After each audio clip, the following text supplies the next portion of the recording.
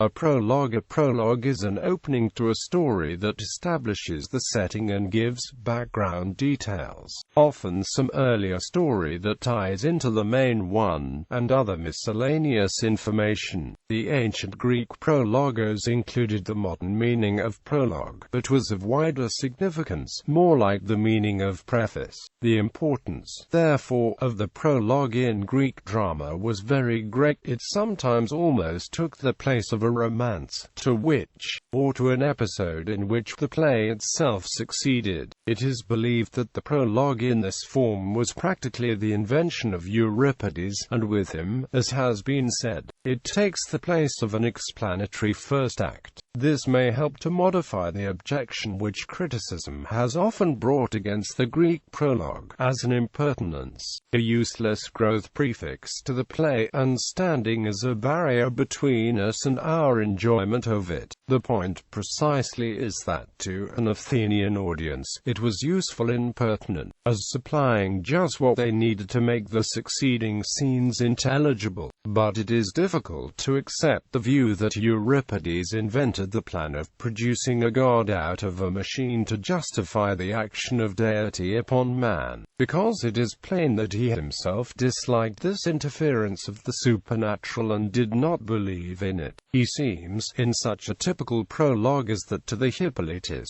to be accepting a conventional formula and employing it, almost perversely, as a medium for his ironic rationalism. Latin. Many of the existing Greek prologues may be later in date than the plays they illustrate, or may contain large interpolations. On the Latin stage, the prologue was often more elaborate than it was in Athens, and in the careful composition of the poems which Plautus prefixes to his plays we see what importance he gave to this portion of the entertainment. Sometimes, as in the preface to the Rudens, Plautus rises to the height of his genius in his adroit and romantic prologues, usually placed in the mouths of persons who make no appearance in the play itself. Molière revived the Plautian prologue in the introduction to his Amphitryon. Racine introduced Piety as the speaker of a prologue which opened his choral tragedy of Esther. The tradition of the ancients vividly affected our own early dramatists. Not only were the mystery plays and miracles of the Middle Ages begun by homily, but when the drama in its modern sense was inaugurated in the reign of Elizabeth, the prologue came with it, directly adapted from the practice of Euripides and Terence. Sackville, Lord Buckhurst, prepared a sort of prologue in dumb show for his Gorboduus of 1562, and he also wrote a famous induction, which is practically a prologue to a miscellany of short romantic epics by diverse hands.